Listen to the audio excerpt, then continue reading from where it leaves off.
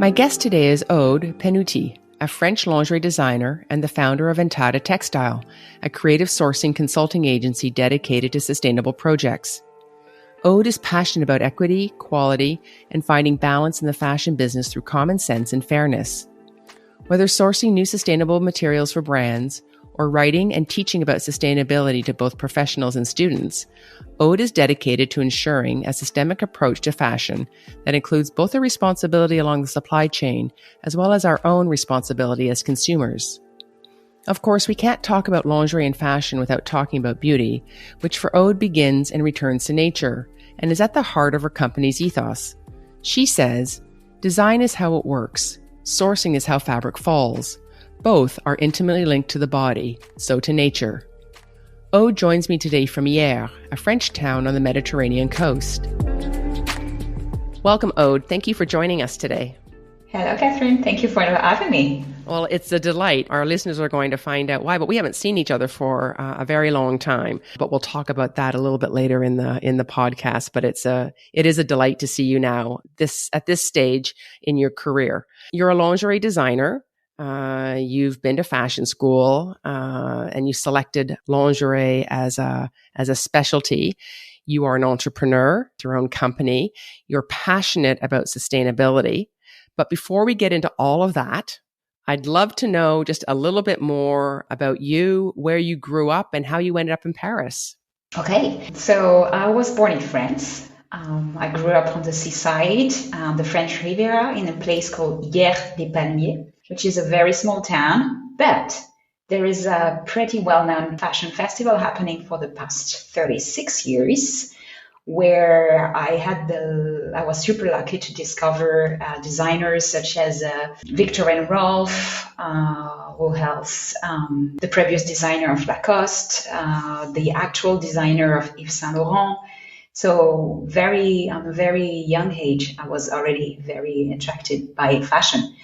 In addition, I'm coming from a family who were doing silk roads and taking back textile in Europe like a few centuries ago. So my background is a really strong mix of those two stories. Okay, so you mentioned silk roads. How was your family involved? How does your heritage take that road? My grandparents, they were tailored and they had like a fashion shop somewhere in France. And before them, they were weavers. And before them, they were like traveling to buy yarns or to buy fabrics coming from the Silk Road. So coming from abroad, coming from China, India, and those kind of stuff. This is the family story. Of course, I haven't met them. I only know the story through my grandparents, but this is the heritage that I have. And being a young kid going through my grandparents' shop, I was really used to touch fabrics and so on. So I was practically born in this industry. And then because my parents have been living abroad for the past 22 years, when I was a teenager, actually, they took my sister and I to Africa. And this is how the travel started, or the trips, my big life trips started. So from there, I went to high school and I came back to France to study. So this is where we met, because we met when I was a student in ESMOD Paris.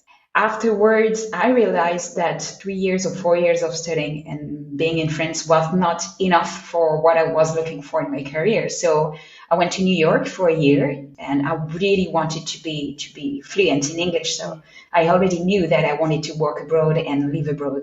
So that was the next step. And then I went to a design school in Italy, in Milan, called Domus Academy, where I studied fashion design. And it was amazing because even if it's still in Europe, Italy also has something different in terms of designs, and they really have their DNA. So this is how I started my, my journey in fashion.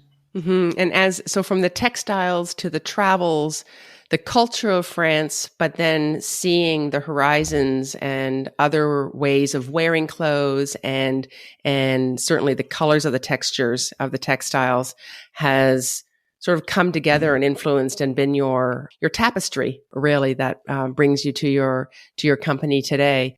Yeah, absolutely. You mentioned that you were interested in textiles and that you knew how to touch and feel them. Did you start sewing as a youngster as well, or was that later? Yes, I did start sewing when I was a kid, but I did not carry on, to be honest, because for me, it's really linked to work, and it's not a pleasure, I have to confess. But there is amazing workshops and factories able to do it. But when I was 6 years old, I started to do my first, Barbie doll dress with my grandmother. And when I was a teenager, I started to design dresses for my mom that I had made by a tailor. And actually later on, when I worked in different countries, I started my career in Italy, but then I went to Asia and I spent 7 years in Vietnam, and I had my own brand at this time. So back to this time of being a designer and having my own brand, I had to go back to sewing a little bit.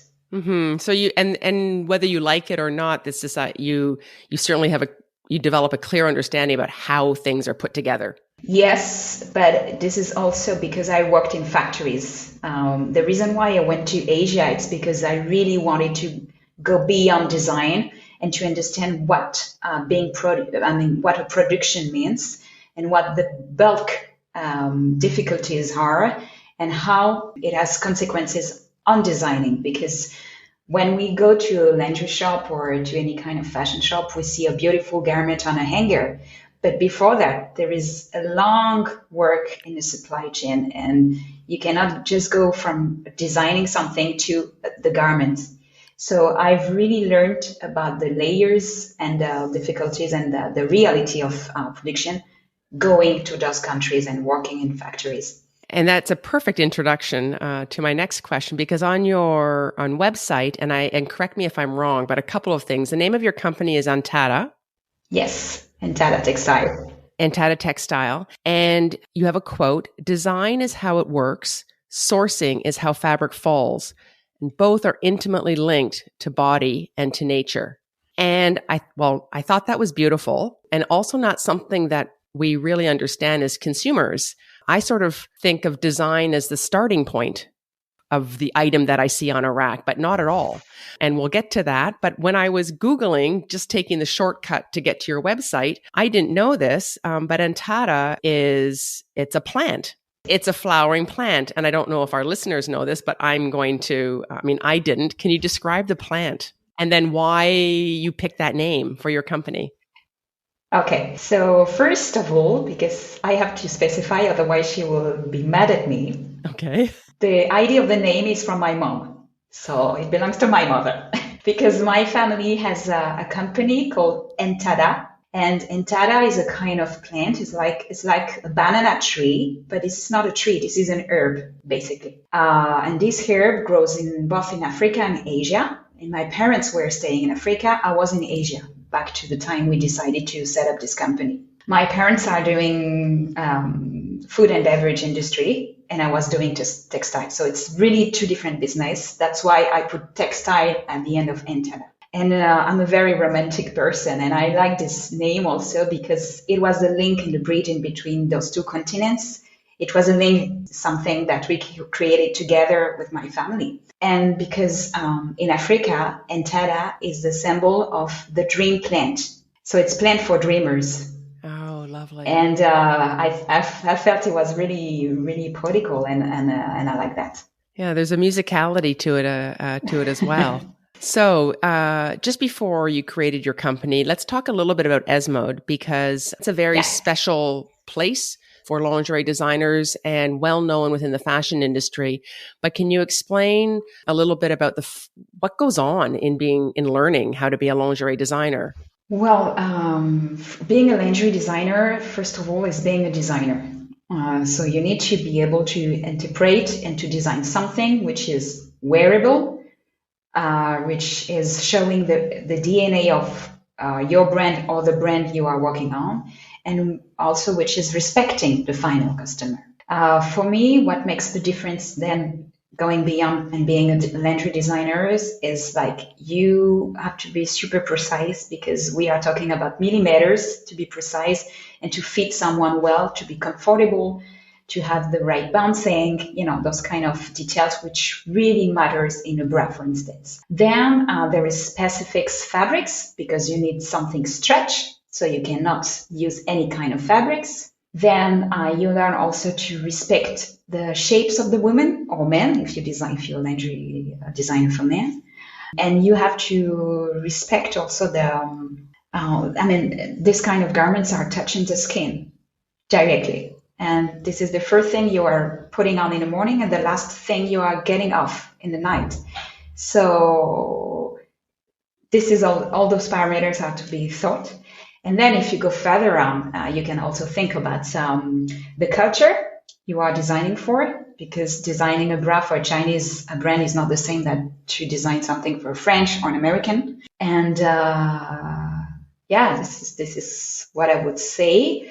Then, technically speaking, this is something very specific. You have you have wings. You have, there is I don't know if the final customer knows, but sometimes on a bra you can go to 80 different kind of little pieces that you have to sew together. So it's a really complex garment. That's worth mentioning again, because I get that a lot in the lingerie tours when I explain that a bra is made up of anywhere between, I haven't gone as high as 80, but I usually say around 40 or 50 pieces. And as a consumer myself, I couldn't believe it at the beginning. I really couldn't believe it. And so you're talking about all those different pieces that, yes, they have to be sewn together, and you're talking about millimeters. And I'm thinking about the number of times women try on a bra and say that it doesn't fit, it's my fault, or it's my body. And in fact, it just really underscores maybe it's the millimeter that's off in production. It's not her. It's also the manufacturing of this item, and in the experience and in the level of expertise that these pieces have been put together. It's this one big puzzle that if you're off a little bit, that puzzle piece doesn't fit in the right way. And all those materials have different qualities to them, which is obviously what you're very involved with in the supply chain. And then to make this all romantically, or whatever personality that you want to bring to the lingerie for the woman to be wearing every day and every night. Why else is she going to put it on? What else is it going to bring to her? Can you talk a little bit about the emotions or the importance of emotion or creating emotion when you're designing lingerie? Well, once again, it's a cultural point, because I would say lingerie and what we call in French corsetterie, it's very linked to seduction. So there is different kind of segment. There is the sports lingerie, there is a seduction corsetterie, there is the daily lingerie, there is the t-shirt bras, very popular in USA, for instance. So culturally speaking, it also shows and creates different kind of emotions. When you talk about emotion, I'm out of the blue, I really think about the teenagers and the first bra that you go to fit in. It's really impressive when you are so young and you go somewhere to buy your first bra. And the emotion of designing for those kind of young women and future women is like you really have to make them feel they're worth it. They can wear something they like, they feel comfortable in, they will be supported by, and it's not going to be too transparent and so on. That's an example I can share. Then there is, if we are French, so we are a country where seduction really goes through lingerie, and there is a couple of brands very well known in France which are totally dedicated to that. And if you think about Aude, for instance, really they are designing things with a strong will of seduction. So you need to feel strong when you wear those kind of things. You feel beautiful, you feel strong. So that's the two examples I would share. Paris Undressed will be right back after a word from our sponsors.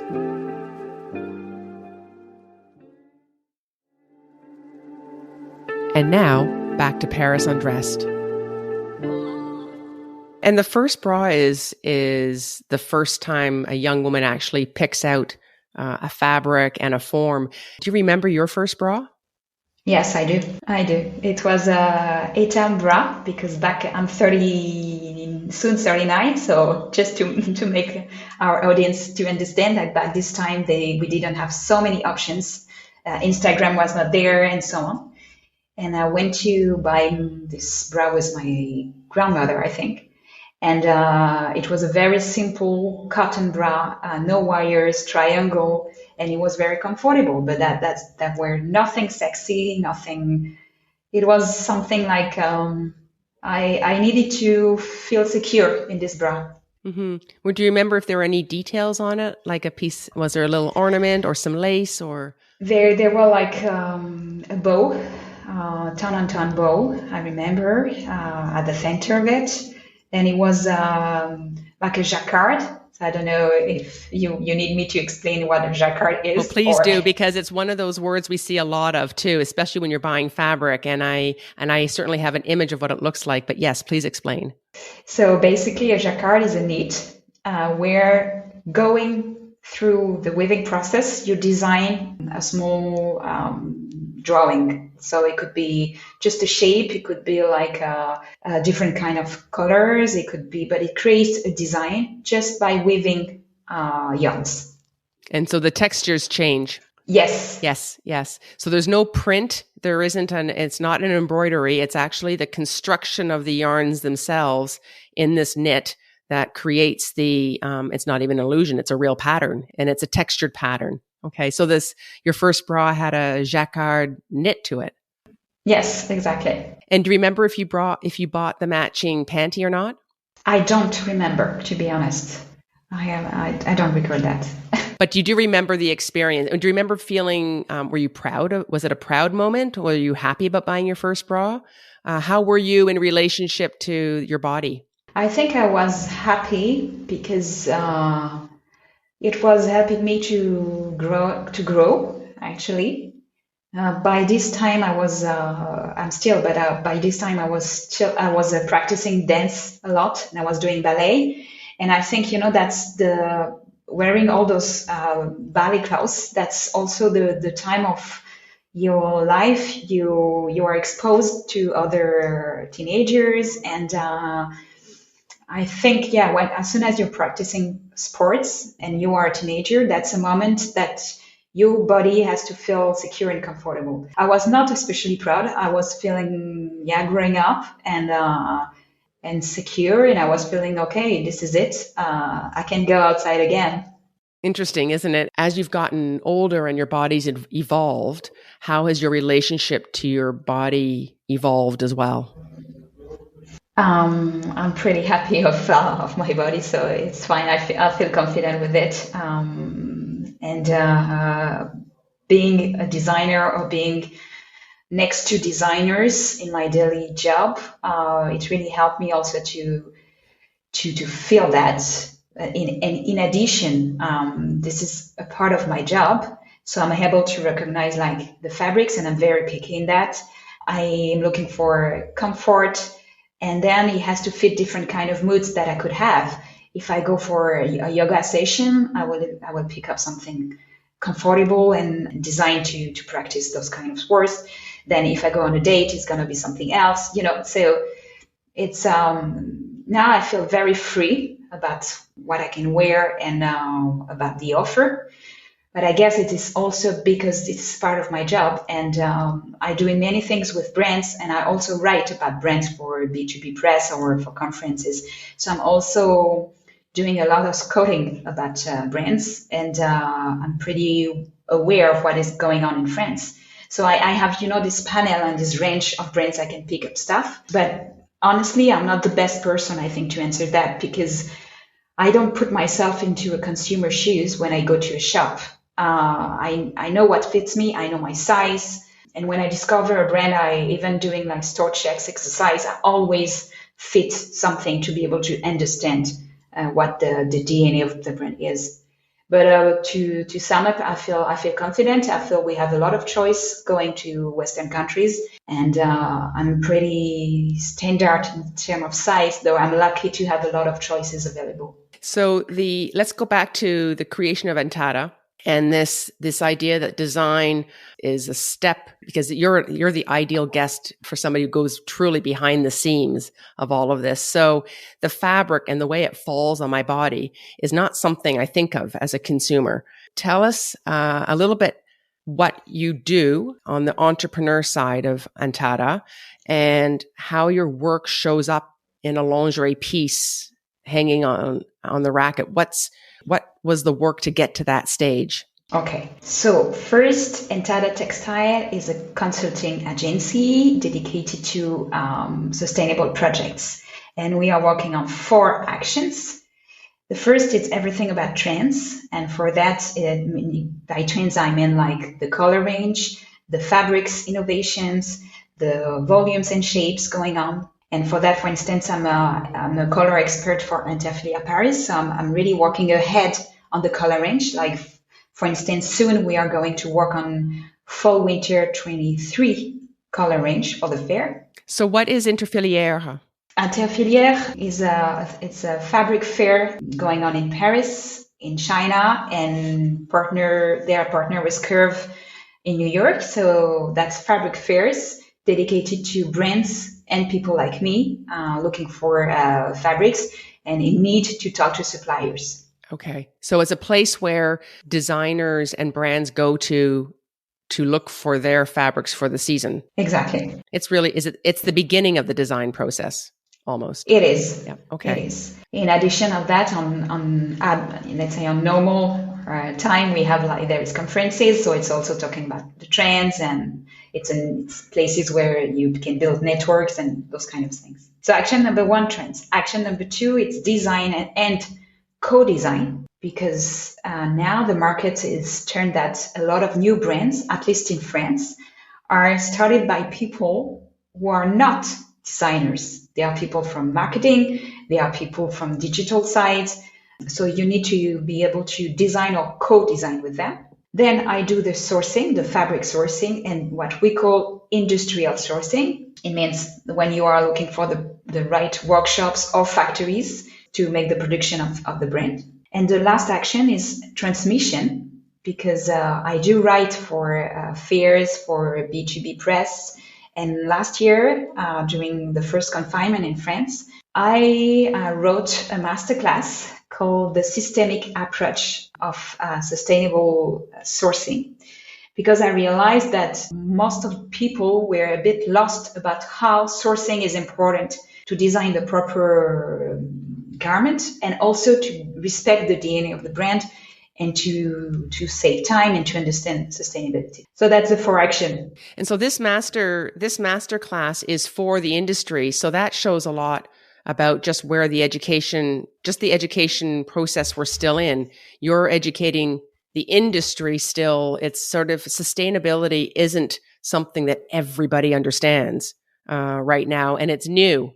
Some people of the industry understand it, but most of the time, because it was not necessary or it was not requested by the bigger player, we have to explain at least the systemic approach, meaning that sourcing is about the fabric, yes, so the fiber, but it's also about in which country and it's being produced. It's about the energy the factory is using to make it sustainable. It's about the working conditions. So it's really an ecosystem. And when you are doing sourcing, I believe at least that it's better if you take all those parameters in account. And not just cherry pick the ones that you think that you can put on a label and then call yourself eco-friendly. Exactly. That you actually have to, it's an ethos, that it's something you actually have to adopt within the brand, within the function of how you operate from everything. And so how factories are run, their treatment of their workers, their waste streams, and ultimately not just what they're producing, but how they're doing it for you is there's not one part of that is more important than the other. Exactly. And it all depends of you, as a brand, it all depends of your KPI, which direction you want to go. What's a KPI? Key performance indicator. Key performance indicator. Okay. Yeah. So what's that? It's basically when you write a strategy, I will explain it with my words, okay? Yes. Yeah. With my words. So when you design a strategy, it could be a design strategy or sourcing strategy. At least in my way of working, we decide together which point will be the base as performance indicator. So if you want to have something made in France, that will be your top priority. If you want something, organic fabric, then you know that you cannot buy organic fabric directly from France. You need to import them. So all those parameters design the final strategy of sourcing. And to come back on the education point, you're definitely right about one point. It's like fashion schools. They were absolutely not ready with this point. And this year I started also to give some classes and conferences in schools in Paris, because I guess everybody thought, okay, we know about organic fabric, that's enough, but it's more complex than that. Mm-hmm. And this is something you've only just started doing in 2020, 2021, that students, as part of the formal curriculum, now this subject matter has been formatted into a course. And until now, it's just been people's interests and whether or not it's a path they choose to pursue further. Yes. Oh, interesting. Yeah. Well, sustainability, that what you described describes a lot for just the way of living in making value systems and in fashion in particular. But what does sustainability mean in particular for the world of lingerie? Where is it most problematic and challenging? And where has there been some changes already that we can see as consumers? Well, I will not say that there is any specifications about lingerie. It's about fashion in general. And for me, in my opinion, it's about the position of your brand. Because if you are a designer brand, you cannot set up your sustainability at the same level that if you are a big player. But the main difficulties for me were like transparency and traceability on the business side.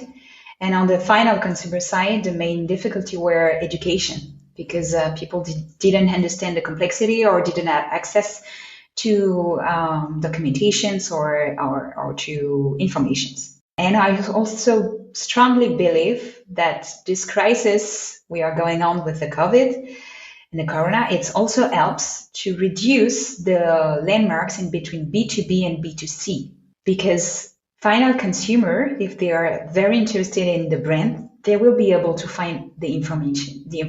They will be able to seek for it. They will be able to understand it more and more. And the brands, they understood that. They understood that their community have access to information, are interested in that. Some. And so they have to meet up each other somewhere.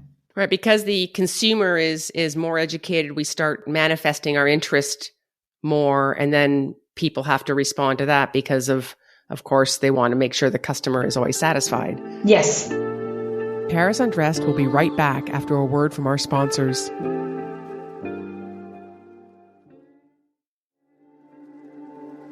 And now, back to Paris Undressed. There's a big role out there for us as consumers to find the right information.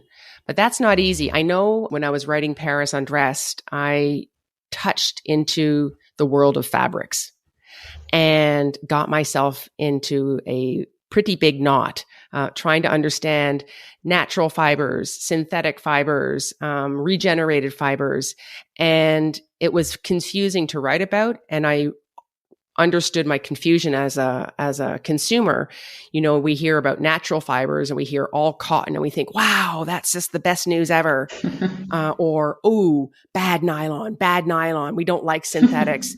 But as I discovered more about it, of course, the world isn't so simple as that. And often when you're looking at labels, if it's a pretty label that says eco-friendly, you might be more swayed by the pretty label than the one that's actually the more eco-friendly. So for our listeners, can you just explain in layman's terms, like a natural fiber and the good and the bad with the natural fiber and the synthetic and perhaps even the semi-synthetic?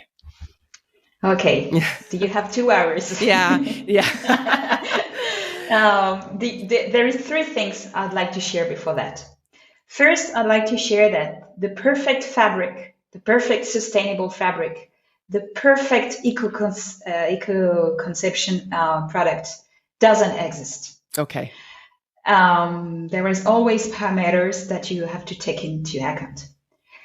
Then the only thing which is, and it's not very popular towards the brands, but I have to say it because I mean it, the only sustainable behavior is reduction.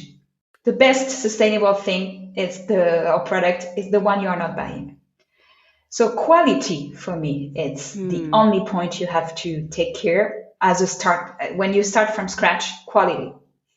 And quality, goes through different kind of fabrics. So if we go to natural, what is good? It's like natural fabrics are organically regenerative, except if we put chemicals on them, like dyes or what we call finishings to make them straight, and I mean to make them waterproof, for instance, of those kind of things. So it's not as simple as that. Then there is another example that I often share is like, let's say you are buying an organic cotton from China. This cotton is organic. Your brand and your factory is in Europe. So you import the organic cotton in Europe. You design your bra with this fabric, or you design your PJ with this fabric. And then, if you are, for instance, a luxury brand, you will export it again to China, to US, to Africa, whatever. So let's think about the footprint. So if we come back to this example, we said about the quality. The quality was good. It's still an organic cotton, but the footprint will be pretty bad. And then the last parameter we should take into account is the life cycle analysis, how this product will finish its life. So it's not as binary having like organic and natural fabrics versus synthetic. The sources are different. So of course, what is petrochemical is less good. But then once again, it depends. How do you recycle? Exactly. So it's a jingle. Really, it's really hard for the final customer to find its way. So I would just say, like, make it easy. Buy things which will last. You feel comfortable in. Everybody has the right to a second chance. So if you're mistaken once, it's okay. You can sell it again secondhand, or you can gift it to, I don't know, your cousin or your neighbor or whatever. And please share your emotion and your comments to the brands. There is this amazing NGO called Fashion Revolution that I guess most of the audience will know. Fashion Revolution is a British NGO which is asking to the brands to be more sustainable in terms of social requirement. So they do have an hashtag which is "Who Made My Clothes?" And this is a perfect example of how the audience and the consumer can also talk to the brands asking, who made my clothes? So if you have a feeling about any kind of cloth, share it to the brand. The social medias are amazing for that.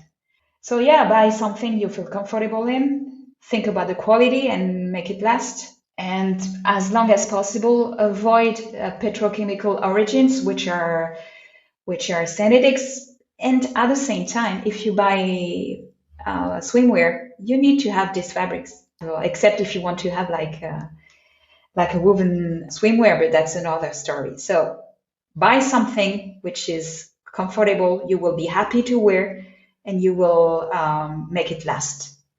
I think you bring up a really interesting point that I realize now as a consumer, I hadn't really taken responsibility for. I'm going towards the label, expecting them to tell me what they have done in their eco-responsibility. But when you said reduce as being the number one, it's reduce as consumers too, of course. We don't need as many things as we think we do. And we've all learned that through the COVID experience as well. But there's a responsibility in the consumption that we actually can play a part in. So it does make a very nice and beautiful argument for buying beautiful things selectively. And I think the other point that you raised reassured me as a consumer is that there is no perfect answer. So it's not that I haven't found it. It's just we're not there yet in terms of finding the perfect answer. And sustainability is really a journey for everybody. Then, of course, if you buy first-hand fast fashion neon color bra, it will be less good than a cotton bra, But classification is really difficult to do because first, everybody has different contexts of life. We don't have all the same budget. We don't have the same practice and use of lingerie. For some, sizes are difficult to find. And according to the country where you stay, it cannot be the same. And also, innovation is evolving, I will not say day after days, but really month after month, we find solutions also. So the perfect product is not found yet. And the only point in that, this is why I said it's not very popular towards brands. It's because reduction is the final answer.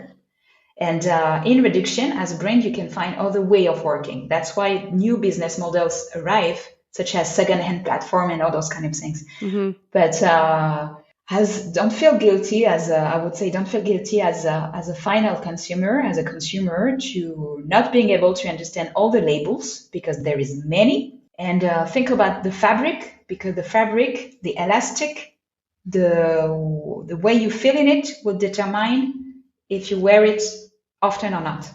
Right, which is another component. If you're using it a lot and you've bought it, then there is a life cycle to it. And if you've bought it and you don't wear it and it sits in your lingerie drawer for years, well, then it's been produced for almost no reason.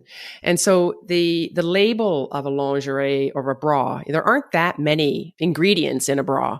There's polyamide, which is known as nylon, and there is spandex, which is elastane in France, and they're both synthetic fibers. So there's not much we can necessarily change yet in the composition of a bra, maybe some components. And I was wondering also about the underwire. Are underwires recycled, or are they produced new each time? Depends if they are in alliage, or if they are one metal. Alliage means a combination of different metals? Yes. Okay. Yes. Okay. Because for any kind of component or fabrics, the recycle process is made more or less easy if you have to separate fibers or separate metals.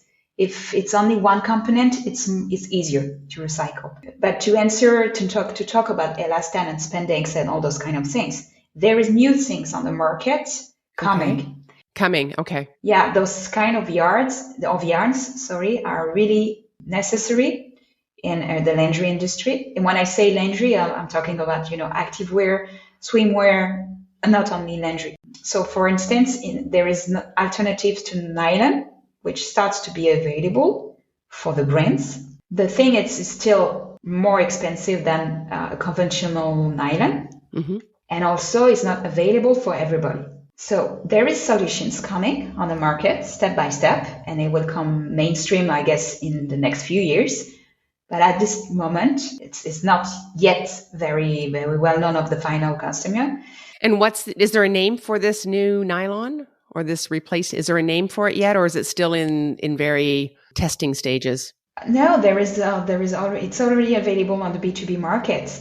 There is not a specific name. There is names of, it's alternative to nylon or regenerative nylon. Mm-hmm. Even if nylon is a brand by itself, so a regenerative elastane, let's say. But there is a famous Italian company called Fulgar, for instance, which developed this yarn. And then there is regenerative yarns made from recycled nylon, which are taken from a post-consumer fishnet.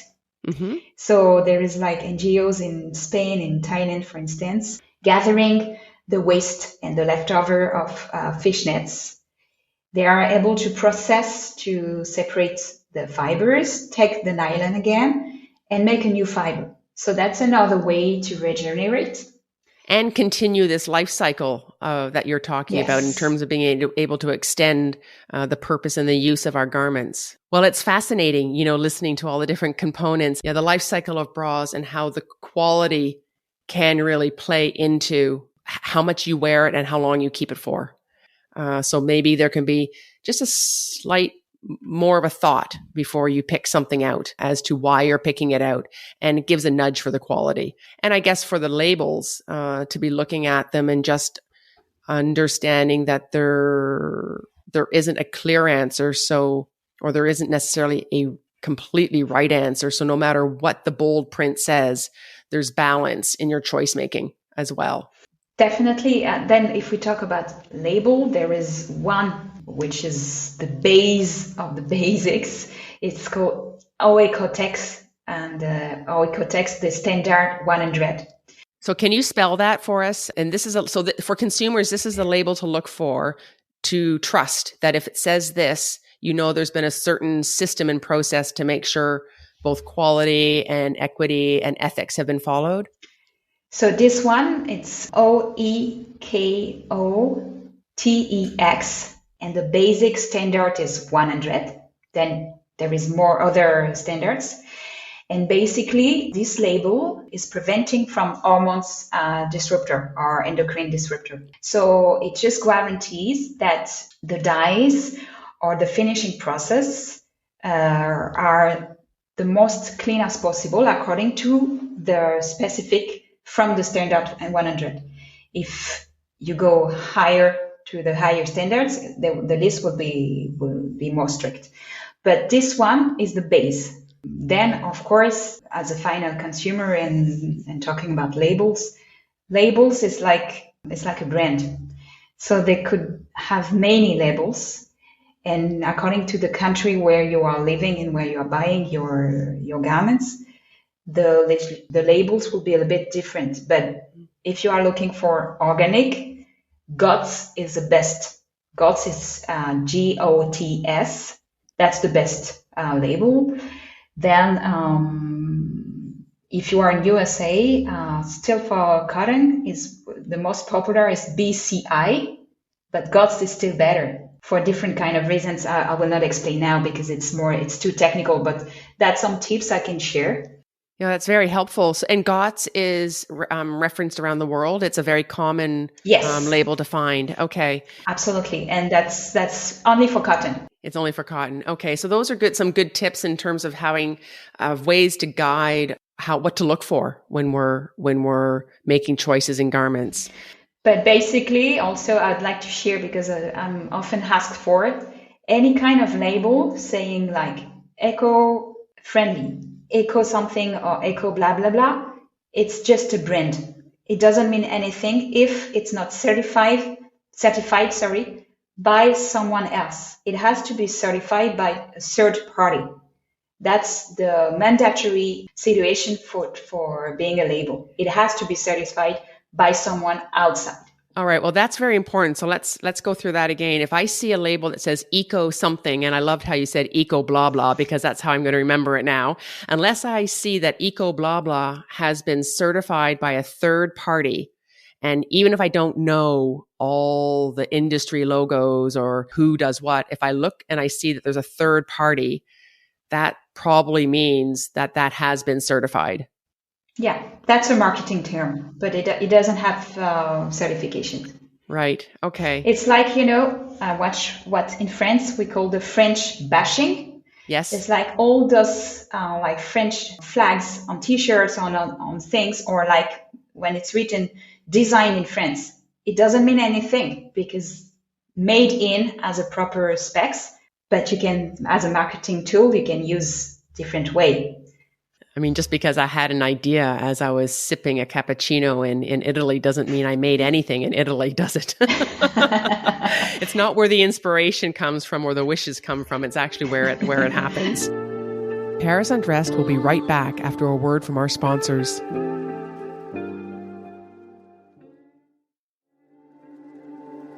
And now, back to Paris Undressed. Well, Aude, I think you might possibly know this is coming, but let's just see. What's in your lingerie drawer? Well, there is more and more practical pieces, like let's say wireless pieces. But for special occasions, there is like more seductive lingerie. And I'm practicing a lot of sports. So I have like, for instance, I have this organic basic. That's the name of the brand, bralette, that I love. I'm wearing all the time. But I also have a Triumph bra, which is a piece of technology. The fabric is not sustainable in two brackets, let's say, but the technology is so amazing that I know I will use it for the next 10 years. So how do you feel? How do you know that it's technically amazing by feel? If you're wearing that, how does it feel when it's technically amazing? But I'm a cheater, let's say, because I know the weaving process, and I know the supplier who did it. And once I went to the shop to fit it, I felt it was supportive, and I felt almost that I wasn't wearing a bra. So the cups are amazing. The straps are comfortable. Yeah, everything is made to make it last. So that's one of my category. And then what do I have? I have many kind of things, to be honest, because I love lingerie. So there's pieces that I bought as a collection, let's say, and I have them for 20 years. I love silk. When I had my own brands, it was made in silk. But I was in Vietnam, so I was sourcing my fabrics in the same country. To the beginning, to the end, everything was made in Vietnam. Yeah, so you weren't leaving a large footprint of pollution behind you. And then I have a lot of swimwear because I'm living on the seaside and I'm swimming. And once again, what I make a priority is it's to find the quality of the fabric. So in France, there is nice designer brands, but for really swimming, there's two brands that I like. Of course, it has a cost, but once again, the fabric is so strong that the first one I bought from RS, which is a very high-end brand in Europe, in France, I kept it for 10 years. Then I had to put it into the trash because the elastic was not lasting. But, the quality was so good, so I make it last. And then there is another brand that I really love. It's called Cardo, Cardo. And first, the history of the brand is really amazing. And the designer behind that, she's practicing a lot of sports in a swimming pool. For aquabiking, for instance, I'm practicing aquabiking. This is perfect. The cut is perfect. The straps are not falling. So those kind of pieces I'm really taking attention at when I buy things. And Cardo is also really thought about the whole look. I remember when she started with just her bathing caps, that just the bathing cap itself was also a piece to be considered when you're dressing for the pool or dressing for the ocean. Yeah, and then I can tell you what I'm not buying. I'm not buying anything in fast fashion because I don't believe to this business model. Although a lot of brands are doing big efforts and they are big players, so it also has an impact. So fast fashion is a word I hear often a lot too. And as a consumer, and it might tie into this question about trends, because I know with the word trends in fashion, I get it. But when I hear the word trends in bras, for instance, or in lingerie, I have to think to myself, I don't open my bra. I don't open my drawer and think, oh my God, that bra is so last year. Are trends really for the consumer, or is that really just another buying reason to contact a buyer in a department store and having these seasons almost forced on us as consumers? Are there really trends in lingerie? Yes, there is, according to few things. First, according to the innovations. Then, according to the type of colors you will use. Colors is about moods. And of course, this is a big part of marketing, although it helps people to feel better.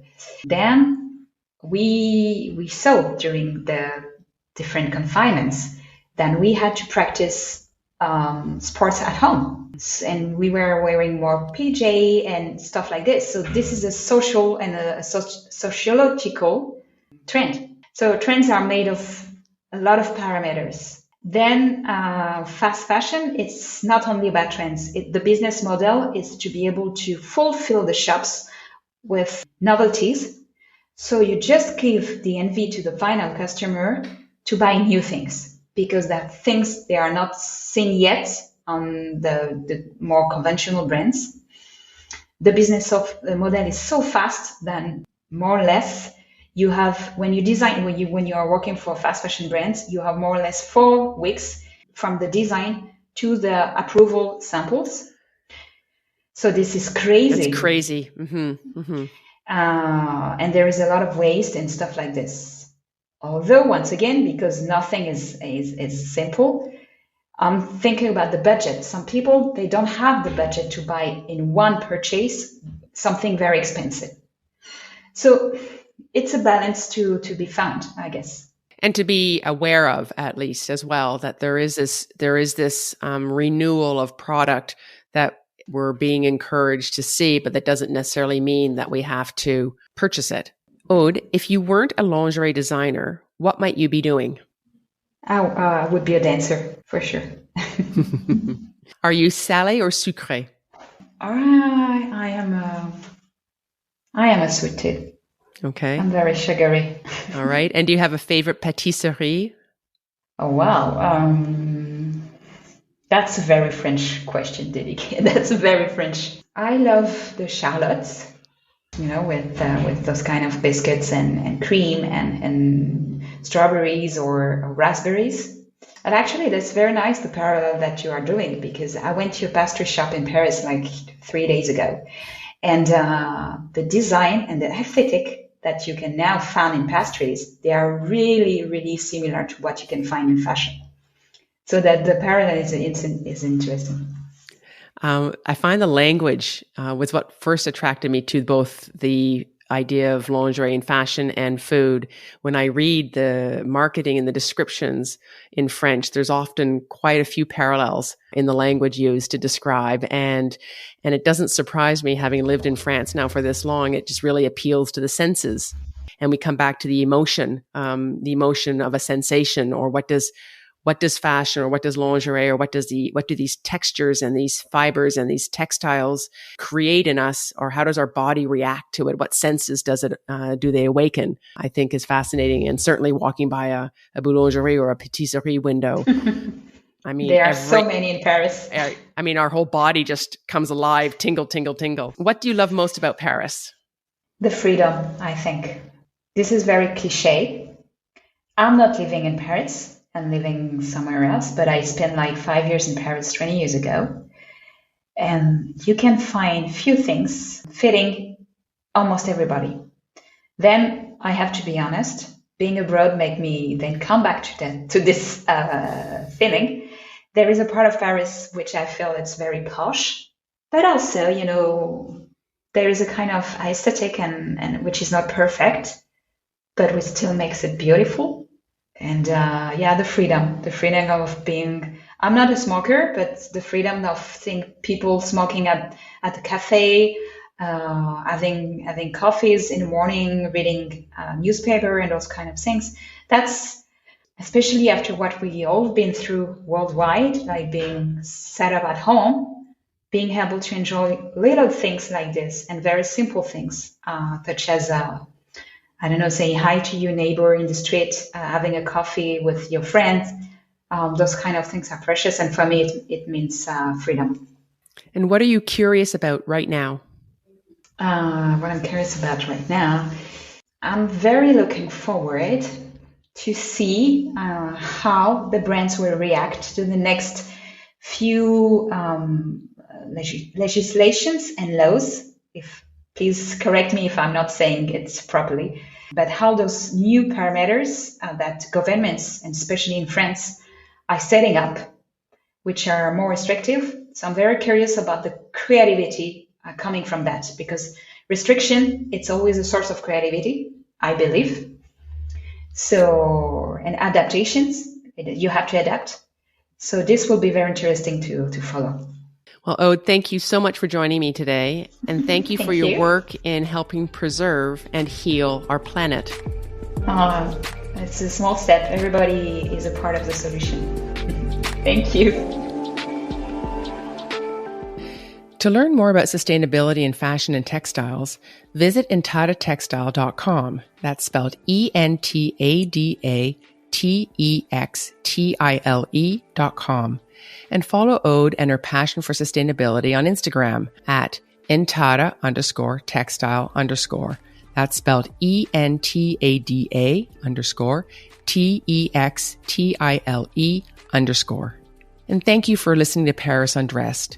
If you've enjoyed this podcast, please share and subscribe so we can continue to connect our stories one bra at a time. Paris Undressed is produced by Paris Underground Radio. For more on this show and shows like it, please go to parisundergroundradio.com. Merci et à la prochaine.